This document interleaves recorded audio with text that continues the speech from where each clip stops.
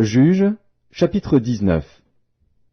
Dans ce temps, où il n'y avait point de roi en Israël, un Lévite, qui séjournait à l'extrémité de la montagne d'Éphraïm, prit pour sa concubine une femme de Bethléem de Juda.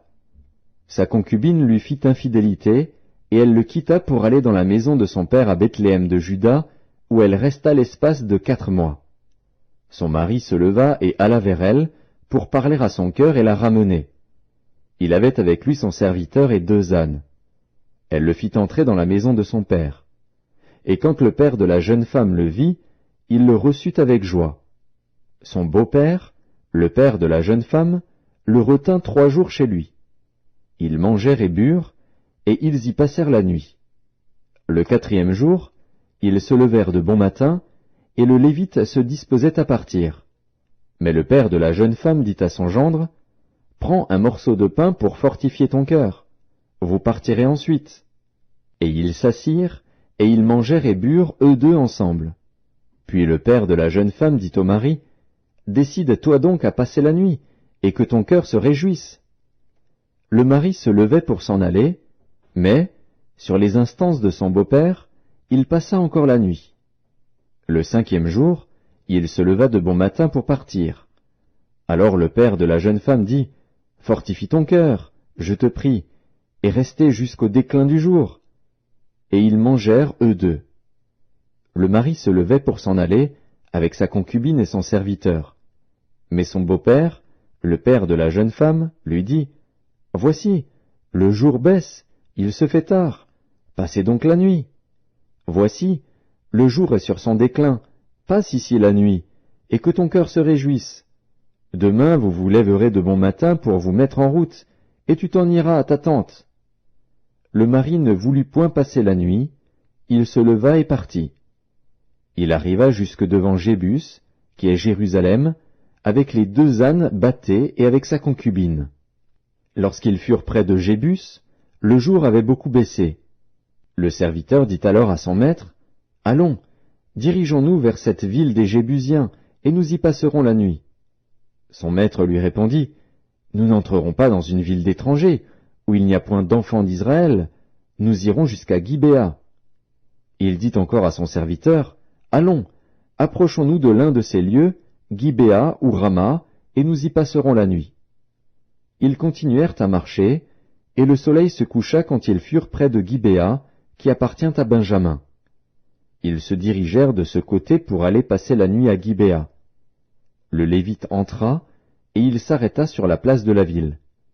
Il n'y eut personne qui les reçût dans sa maison pour qu'ils y passassent la nuit.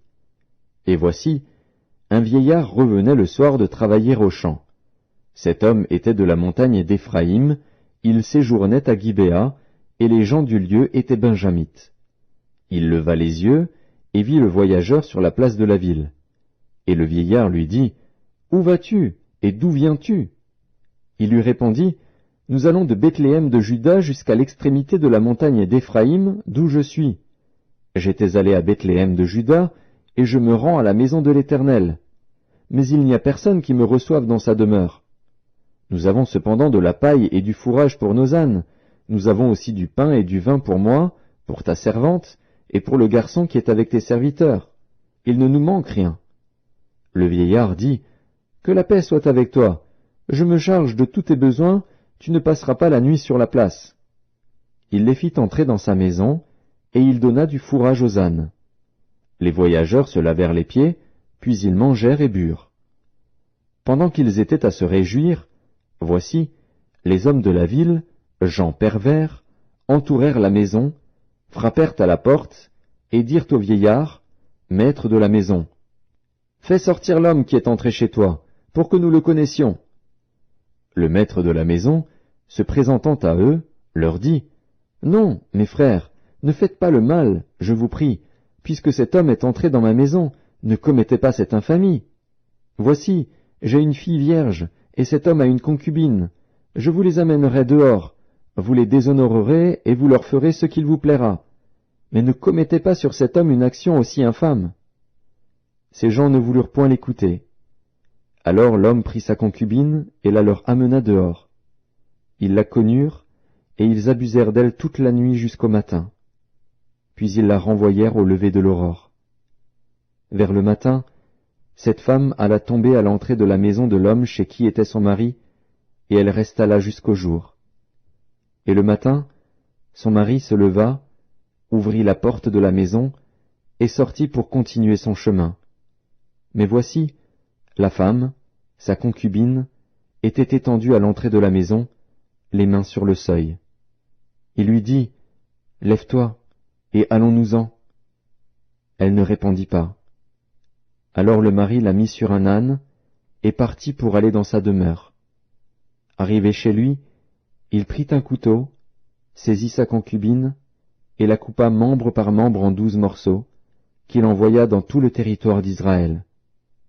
Tous ceux qui virent cela dirent, « Jamais rien de pareil n'est arrivé et ne s'est vu depuis que les enfants d'Israël sont montés du pays d'Égypte jusqu'à ce jour. Prenez la chose à cœur, consultez-vous, et parlez. »